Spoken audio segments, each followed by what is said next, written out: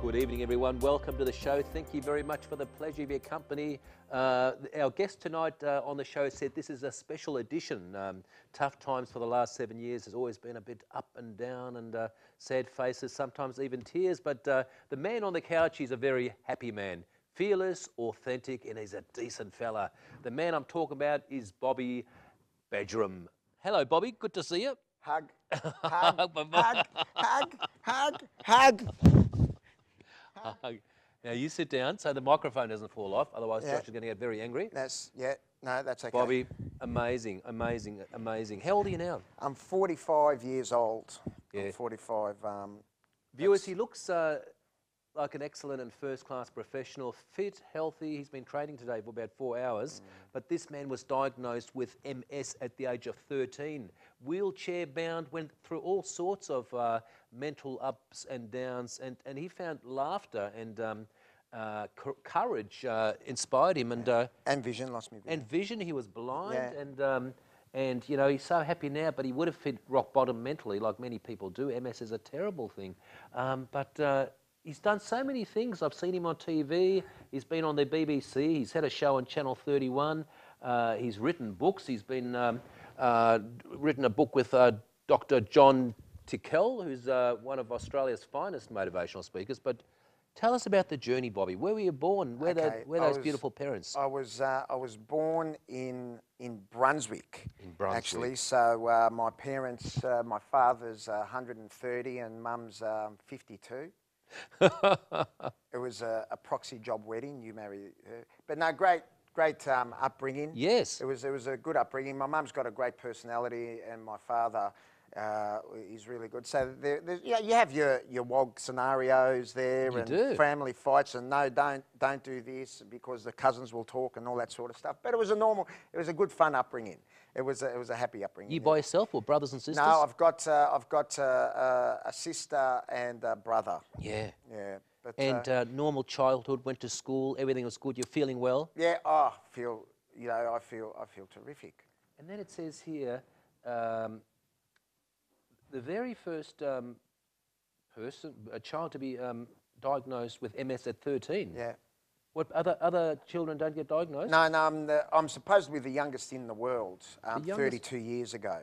32 years ago. Yeah. So it's been confirmed through Is the MRI. youngest person ever in Australia to be diagnosed with MS at the age of 13 when he was legally blind and in a wheelchair. Bobby is now a passionate 40-year-old, and he's a devoted man who cares for people and is challenged to open people's minds to the possibilities available to those who are disabled. Isn't that amazing? You're the voice of the disabled, and you've been tremendously successful in writing and producing international TV documentaries, including the MS show and Behind Closed Doors. What inspired you with that? Oh, I suppose I'm racing too fast. 13, what happened? You were feeling down? You were feeling sick? I just got people with MS would know I had double vision in one of my eyes and a weak left leg, and it started to get me, and then I ended up in hospital in the St Vincent's Hospital, the St Mary's ward. I remember that, and I was on intravenous drug called prednisolone. Oh, bless you. And it just gives you a bit of a boost to get you up and down. So my journey started at 13. So you had to leave school. You had to leave. Not really. No? I was there. I was on and off. People thought I was wagging. I was really cool. 'Cause Yeah. I wasn't, but it was really because I wasn't well. That nobody knew. It was Kids were trying to work out what it was. Oh, totally. Totally. I was so hip and cool, but it was like sort of kept hush and just. Bobby, I've got a few friends who've got MS, and they describe it to me. They say it's like an electric shock sometimes. It's like, tell us about the pain, the intense pain. Well, the thing is, I'm probably about top 2% in the world. I got about 24-hour pain constantly. Still? Still, yep. That's why I muck around a lot, because it's my diversion from my pain. I don't take no medication or nothing. Amazing. This is my medication. Smile, happy, muck around, be jovial, ho, ho, ho. Good on you. Ho, ho, ho, in the bottle of rum. And you're supposed to be the sick one, and all the healthy ones are never smiling. How come Yeah. no one's smiling? Yeah. You know, you walk around Melbourne. I just got back from New York. They're all in the subway there. They're all closed. No one's smiling. And then we see Bobby. He's reaching out to people, and he's supposed to be Well, sick. it takes 13 muscles to smile and 47 to frown. So even if you're pissed off and you've had a really bad day, smile, because you're more approachable, you look better, and you'll feel better. You sure you're not Eric Benner? No, no, that's Better looking. Michael. People say to me, "Hi, Eric," and I'm like, "Eric? Eric Banner? No, no, no. That's a compliment because he's a nice bloke, Eric. I've never actually met the No, guy. but they say that. You've got But the X Factor. They know they've seen you somewhere. they say people say, Eric, I can't see it. I reckon I look more like Brad Pitt sort of thing. but Eric Banner, I don't look like Eric Banner. But people say, how you do, and I'm like, okay, that's Bobby, a compliment. so 13. Did you finish school and Yeah. Got through as best as I could. Yeah. With school and. Did you then, when you finish, like most people, when they finish, then society tells them to get a job, either a tradesman or go to uni, become an accountant or a lawyer, then Or find be a wife, then they split up, and all of a sudden you're retired and you die. Isn't it funny how society tries to mould people, and at the end of the day, we shouldn't be moulded, we should follow our passion. Yeah, well, I mean, look, the thing was, I always loved to get into the entertainment industry and all that Yes. sort of stuff. So it was in the back of my mind. It wasn't a done thing when you're from a background of European. You had to be a doctor, a lawyer, or Right. accountant because that's the normal thing. But I'm not normal.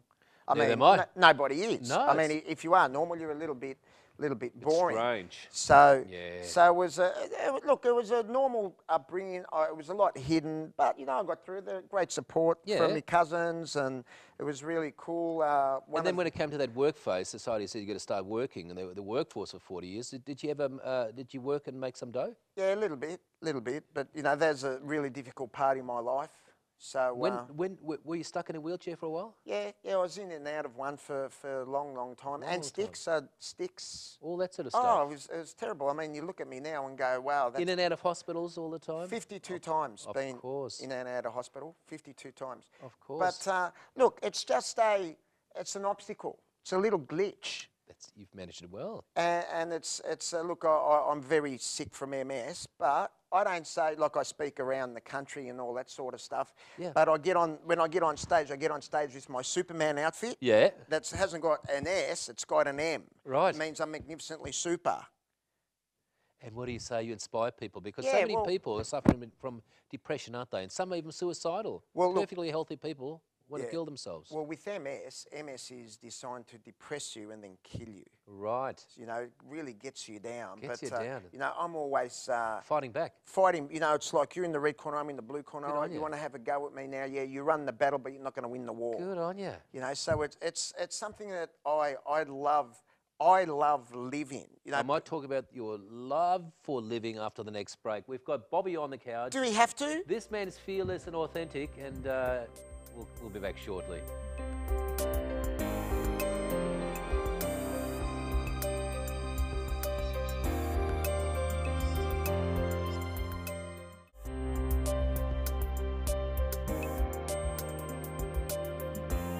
Welcome back to the show. I hope you're having a lovely night. If you're feeling down, this guy will cheer you up. I'm having a lot of fun.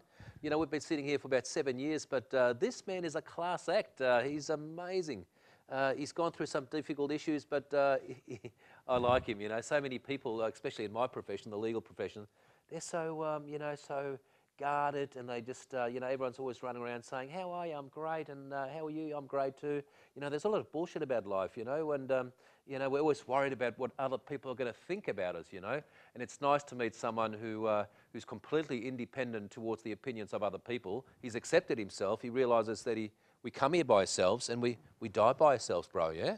Pretty much, yeah. You know, but I you're going to mean- be around for a long time. Yeah, I hope to live another couple of months. That'll be awesome. No, I'm 45, so You're good. You're looking good. It's well, look, I train hard with fitness first because I'm going to climb Mount Everest. Yeah, Be the tell us about that. Yeah, I'm going to be the first person in the world with MS first male person in the world to peak Mount Everest and come back down. Amazing. And Fitness First sponsor me and train me and of course I get a lot of Swiss Vitamins are another one of my sponsors and Yeah. Top Taxis and the Australian Energy Commission are paying for the trip and Wow. and I'm going to raise $100 million for people with disabilities Isn't that around the world. beautiful? That's your goal. Well, I'll do it. You'll do it? Of course I will, because When's- there's 800 million of us around the world. That only amounts to 16 cents a person. So 100 million bucks, I'll probably raise $1 billion.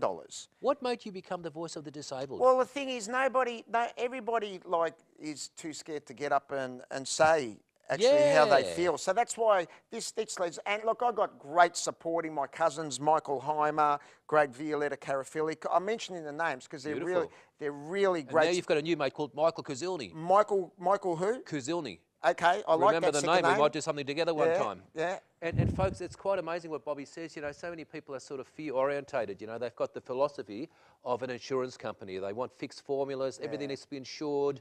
Their car's insured. They need to know what, you know, what they're eating, what they're doing for the weekend. Other people are love-orientated. You know, they don't care about the next day. You know, they're not looking for fixed formulas. This man's very much like that. Well, you don't care about fixed formulas. No. I mean, it's you go with the flow. Go with the flow. You go with the flow and do what you feel that you're doing right. Because I don't offend anybody. No. You know, people love me. I'm infectious. They love you, bro. You love me. We love you. You love me, I love Michael. you like a brother, but let me say this. I'm quite happy too sometimes. I walk through the Frankston Shopping Centre or the shopping centres, and sometimes when you're too friendly to people, and especially if they haven't smiled or laughed for many years, they sort of look at you funny first, don't they? Yeah, You get that a lot. Oh, people think I'm crazy. It's People great, isn't it? think I'm on drugs. And I say to people, I'm not on drugs. No, you hug them. I'm on life. Yes. Because I'm alive. Every time I wake up in the morning, it's like, whoa, another day. Awesome. It's just the best feeling Isn't because that beautiful? I know what it's like to be unwell, and that's why I know a few people that are very, very successful. But I am the richest man in the world. I am the richest man in the world. I'm richer than Packers, Bill Gates. I am within myself. I can walk, I can talk, I can see. What a great inspiration. Folks. Wow. Isn't that amazing? Isn't that amazing? And my mum was saying the other day, I went there yesterday for some lunch, and she met a lady at the gym, and this lady, she hugs people for $60 a hug.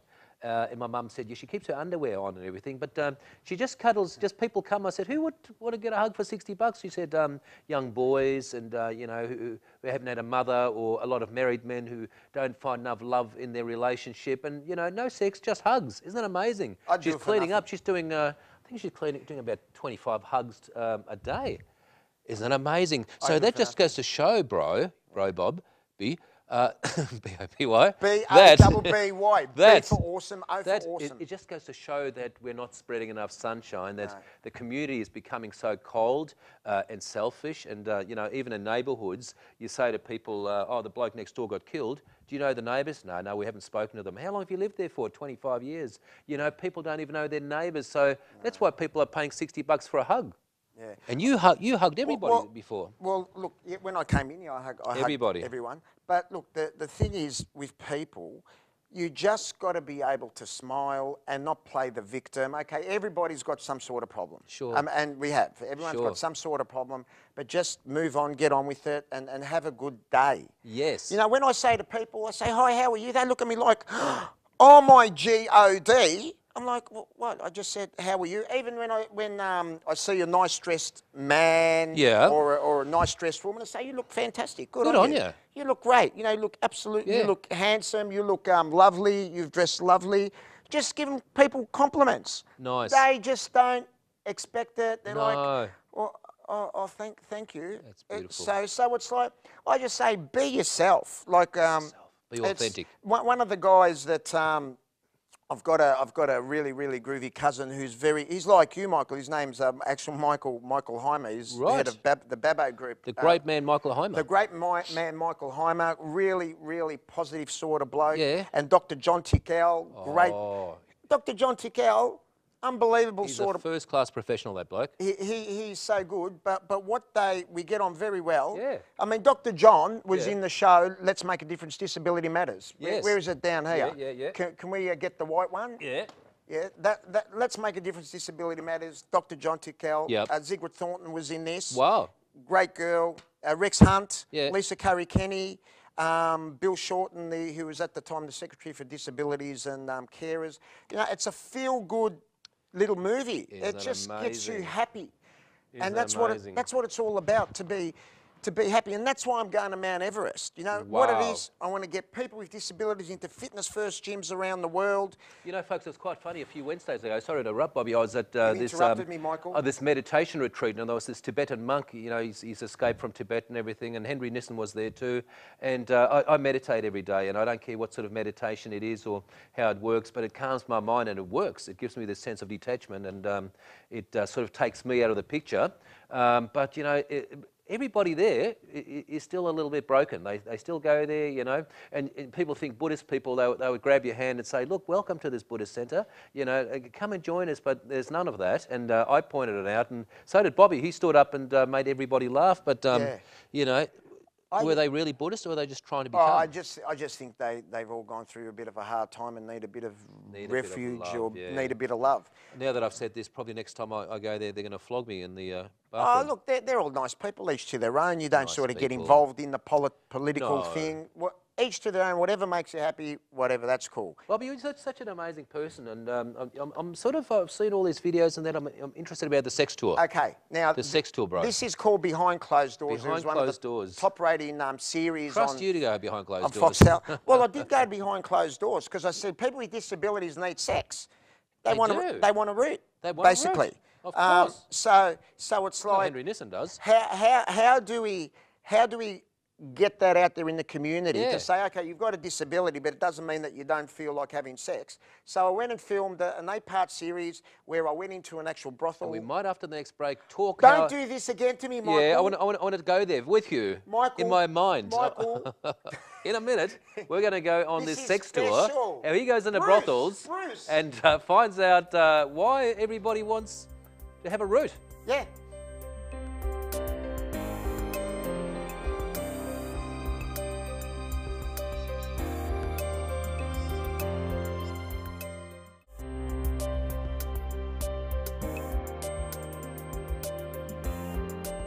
Welcome back to the show. I'm Michael Kazilny. Tough times never last, but tough people do, and you're one of those tough people.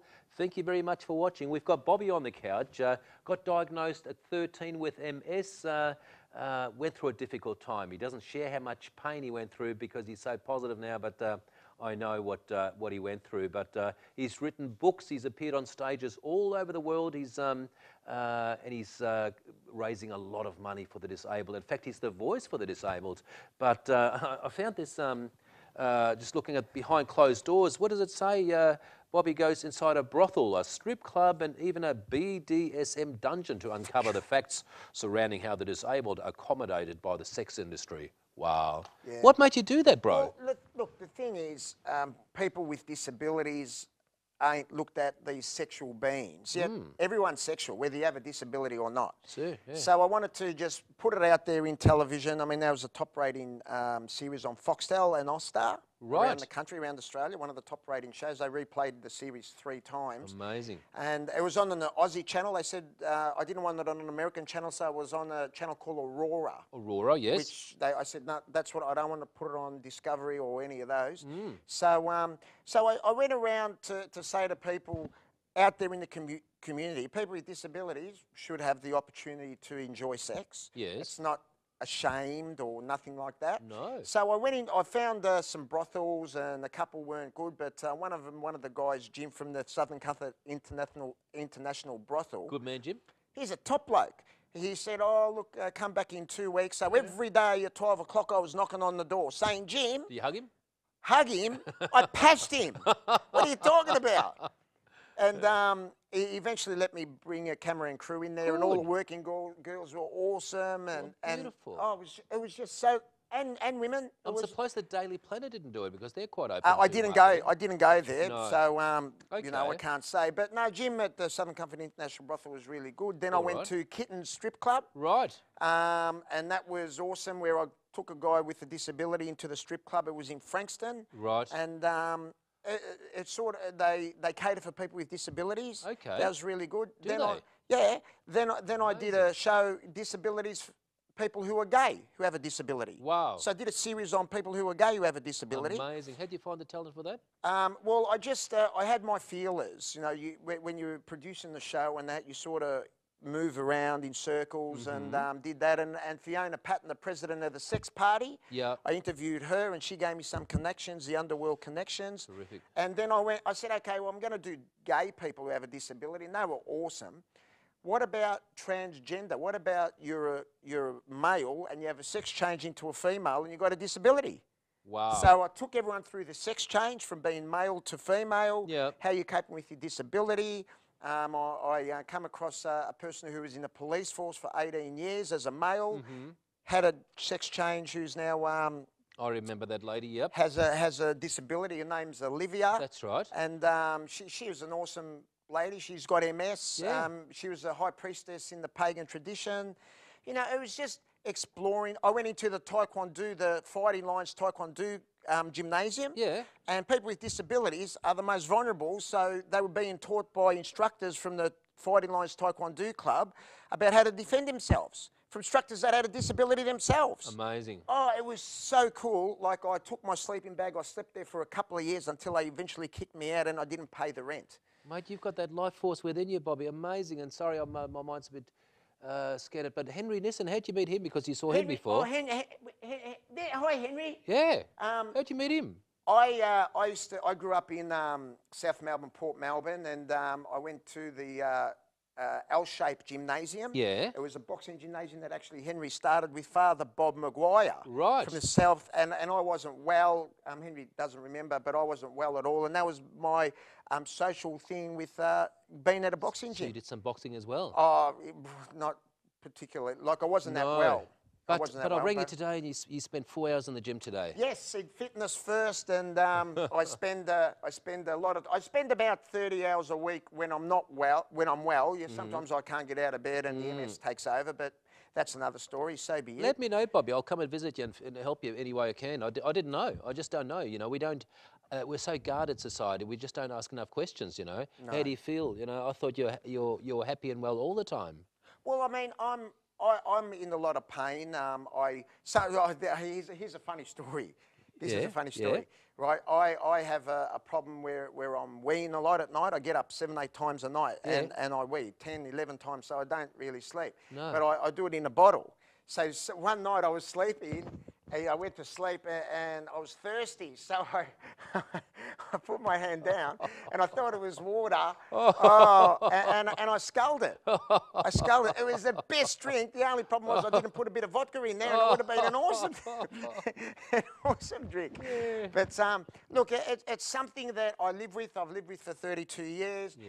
And no one wants to hear your problems. I don't want to hear my own problems. You must have some good mates there, Bobby. Mate, I got great support. And you don't need that many mates, you know, because all these people have got 1,000 mates on Facebook, but who could you call if you're in trouble at 3 a.m. in the morning, you know? Oh, I can. I reckon 2 or 3 good mates is all you need, you know? And now you've got another one. And, you know, Bobby, it's amazing how you've created all this. And what are the next few goals for you? Well, I reckon, I'm going to Mount Everest. I'm going to climb Mount Everest. What date's that? Okay, I do two. I got my Everest instructor. His name's Mark Squirrel. He's my expedition leader. Yeah. So he's taken me up to 2 mountains before I go to Everest for a bit of training. Wow. It's called Island Peak and Mount Choyo, which are in the Himalayas next to Everest.